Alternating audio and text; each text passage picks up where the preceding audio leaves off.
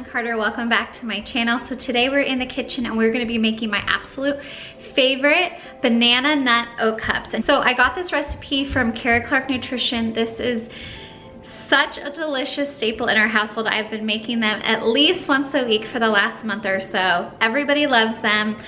Friends, my kids, they are so delicious, and the best part is that they are so healthy. They are gluten-free, refined sugar-free, dairy-free.